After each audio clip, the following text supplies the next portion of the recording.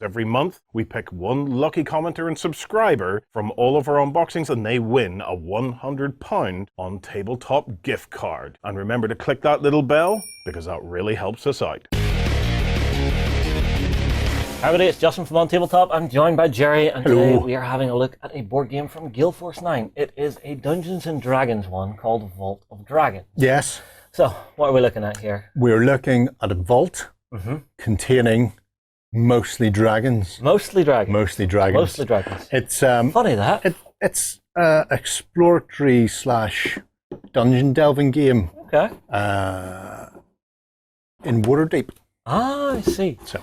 Well, with it being D&D, of course, gorgeous artwork. Yeah. I cannot. They've a lot to play beautiful. with there. A lot to play with. Of course. Now, Gale Force 9 is one of those companies that I absolutely adore for the games that they make. Yes. Because they are really innovative with what they do. So I'm very curious to hear how this one plays. So, okay, I love it already. We have a Welcome to Waterdeep Visitor's Guide. Yes. Those are the actual tiles that you play across. I see. And it's front and back, so they're double-sided, which is part of the mechanics of the game. Mm-hmm. And then how to resolve fights in Waterdeep. So that's your quick reference, essentially, which is handy. That's a nice little touch. We have many tokens? Many tokens. All right, let's have a look if you can tell me what some of these are. So what are we looking at here? Simply... Well, this looks like money. You've got different types of followers, gold, and rumors, which are the three things that you're doing in the game. So you can recruit followers in with gold, you can look for rumors, and then the rumors allow you to easier access into the final dungeons, essentially. Yeah, I like the fact that you have the action tokens here, and that when you flip them over, it's actually telling you you have used it. Yeah. Keeps track of the game really easy. And those are the 4 factions that are playable in the game. Yeah. And then you've got attack strength here, and then marking when they're regrouping. Yep. Nice touch. Because gold. They can go running about everywhere. And you will need lots of gold. See, there's a company out there, Drow Lab. Yes. And they do beautiful metal coins. You remember we saw them on a Weekender a while back? Yeah.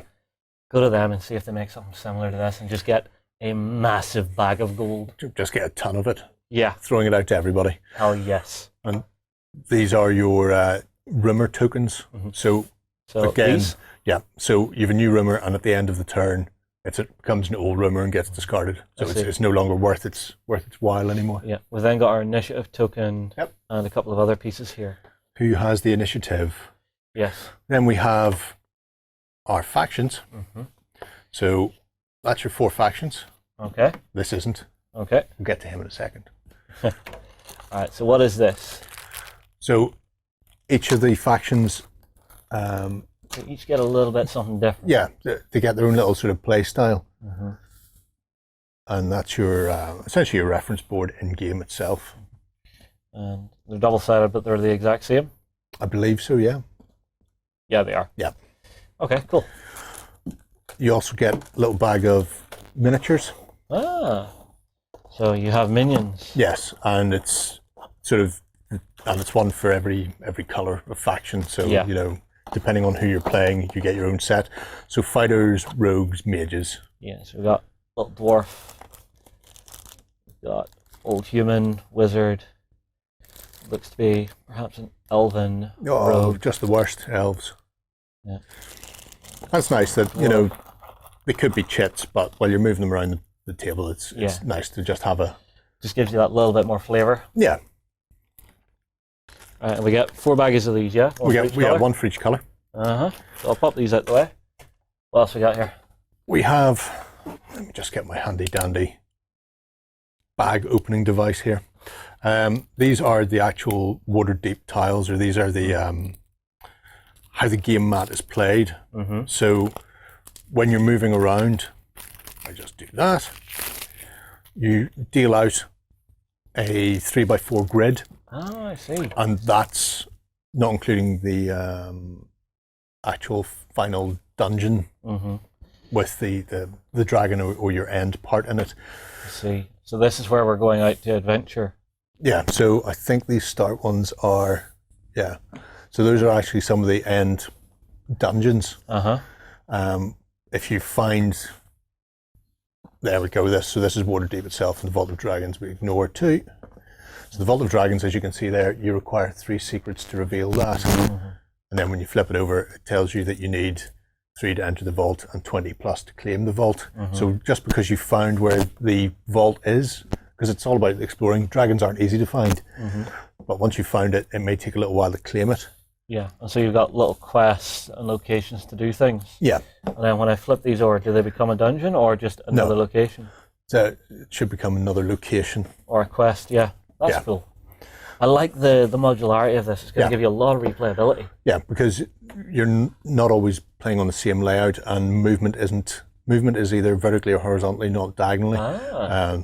And you're moving around through Waterdeep, and when you activate an area, so for example you activate Blackstaff, which is where the BBC live in Belfast, and then flip it over and it tells you, flip to another location, and depending on what's happening, some of them will be when you move in, if there's somebody else there and you battle them, it will allow you to activate that location immediately if you've won the brawl. So your adventuring parties are all exploring, but if you move together, you actually have a bit of a punch-up. Yes. That's nice. Yeah, because you're all up against each other. I suppose.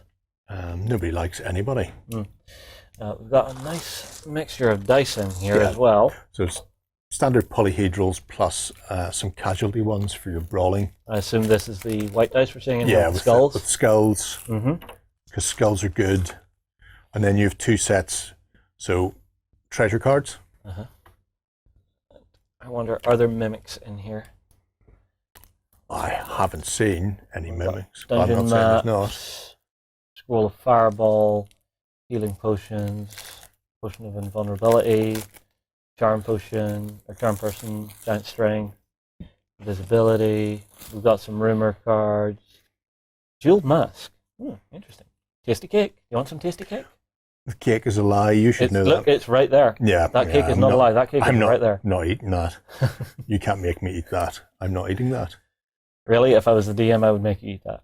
You got dungeon keys. Yeah. There's a good mixture of different items and stuff that you can grab here. So that's your items and your rumors to help you on your way. Yeah. And then this pack is your arms and possibly armor if you're particularly lucky. I see. Yeah, so I got giant slayer axes, gauntlets of ogre power, wand of secrets, ring of X-ray vision. Nice. Nice. There's some really fun ones in here. Ring of spell turning. So it's a little mirror. Spell reflect. Helm of teleport, cubic gates, demon armor, sword of sharpness. What else we got? Anything super cool? I mean, the art is gorgeous on them. But what else do you expect? Curse armor. Play to ignore 1 casualty, die, and reduce your attack strength by 2. Interesting. So they've all given you nice little bonuses, buffs, and abilities as well. That's what magic armor is all about. You can't hurt me. I've got magic armor. Yeah. The final card I didn't show you earlier is just the yawning portal. So between the Waterdeep setup and the actual dungeon tiles is the portal, and it tells you first start. It's a public location. No brawls. Not allowed to brawl. So any of you can all end up there together at the same time and potentially attempt to access the dungeon by the various things that it says to do there. It says attempt a dungeon, so I assume there's multiple setups for the dungeon. There's a standard setup that only has 1 in there, but then the rulebook itself at the end of it actually has different alternate rule ideas. So you can go in and go, okay, well, you've done that. Well, how about if you shuffle up the locations, or you add more secrets, or spread the rumors, or things like this, flipping over empty locations. I like when games do that, giving you new ways to play once you actually mastered the basics. That's it. Overall, gorgeous. Looks and sounds fun. It's par for the course for Gale Force 9. I've yet to see them do a horribly bad game. What do you think? I think it could be an awful lot of fun. It's certainly a different take on the standard dungeon delve. So yeah.